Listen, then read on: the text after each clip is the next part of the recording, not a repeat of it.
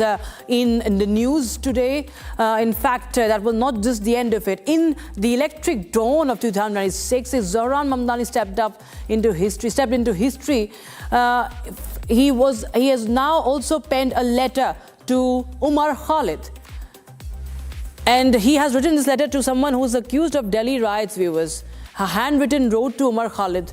And in fact, he also said that he thinks of his words. I just quote him, "I think of your words on bitterness often and the importance of not letting it consume oneself. It was a pleasure to meet your parents. We're all thinking of you," unquote. So he handed this note to Khalid's parents during the December visit. They were meeting Mamdani in December. That's just gone by. And he has a lot of empathy, sympathy and love and everything that he has penned it down to Umar Khalid. And we ask why? Well, we will connect with author and activist and political analyst Rashmi Samat on the broadcast. Thanks so much, Rashmi, for joining us on Trending tonight on Republic TV. Now, what's really brewing? You know, Zohran Mamdani, we know that he's been a social media star. He's built his entire campaign with the social media popularity. But this entire lobby, Zohran Mamdani, 8 other lawmakers, you know, talking about Umar Khalid all of a sudden, you know, his parents go to, go to United States, they go to New York, and now Mamdani writes a heartfelt letter. What's really the linkage here? Why is he brimming with so much of empathy for Umar Khalid, who's accused of, riots? Well, hello everybody, and thank you so much for having me on your show. I feel that a foreign elected official commenting on a terrorism-linked case that is still under trial, it's not solidarity. It is a direct attempt to shape the outcome of another country's judicial process, and that's extremely problematic. If India had written an open letter to, US courts about the Guantanamo Bay or, domestic terrorism cases, US politicians would have called it interference and would have had none of it. What Mamdani demands from India is tolerance to, foreign pressure, which he would have never accepted for his own country.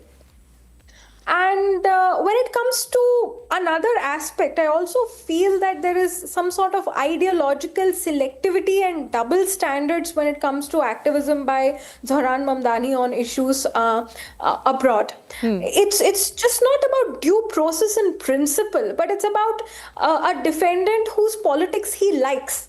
And I think that's also problematic. If you're so confident about, due process in principle, then you should call out about people who are arrested in your own country without due process or trial for being whistleblowers. There are many such cases which have come to international light in the United States. And if I start listing, this show is not going to be enough. So it's not a human rights thing, it's just a partisan, curation of victims, especially a partisan curation of victims that are not on US soil but abroad, which makes it even more problematic. Absolutely. As mayor of, New York City, he presides on a system which has a terrible record of police violence, racial profiling, and, terrorism prosecutions, which are harsh. Yet he wants to grandstand on an issue which is, thousands of miles away. And I think, his charity for due process should absolutely start in New York. He needs to start by taking action there. And then I think he earns the right to, write handwritten letters to accused abroad. Especially, I think, if he's okay with the Indian government doing the same on domestic issues in the UK, I think only then should we be in a position, or should we even be expected to accept that kind of solidarity. Yeah, even lawmakers are commenting. Yeah, please go ahead. In the beginning of the show, you brought up the salute, right? Now, I think, people in public offices, whenever they're in front of a crowd, their gestures can be, it can be interpreted in a number of ways. So Elon Musk did it, Mamdani did it. Does it make them anti-Semitic in any way or form? Is it is it pro-Nazi? That question comes in.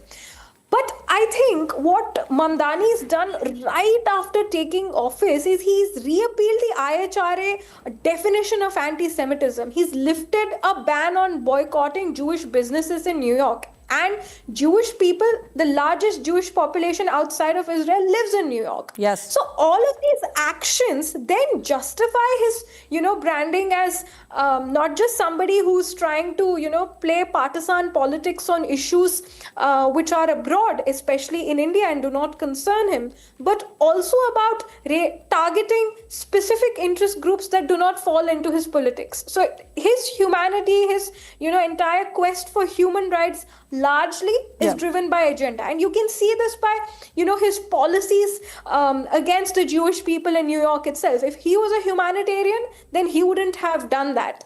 So I think his whole farce of humanitarianism for, people who are miles away, who are in New Delhi, who are in Bharat, I think that's also equally fraudulent. Yeah, absolutely. We very rightly put it out there, Rashmi. Thank you so much for joining us on Republic TV on Trending tonight as we continue to track more stories, viewers, for you.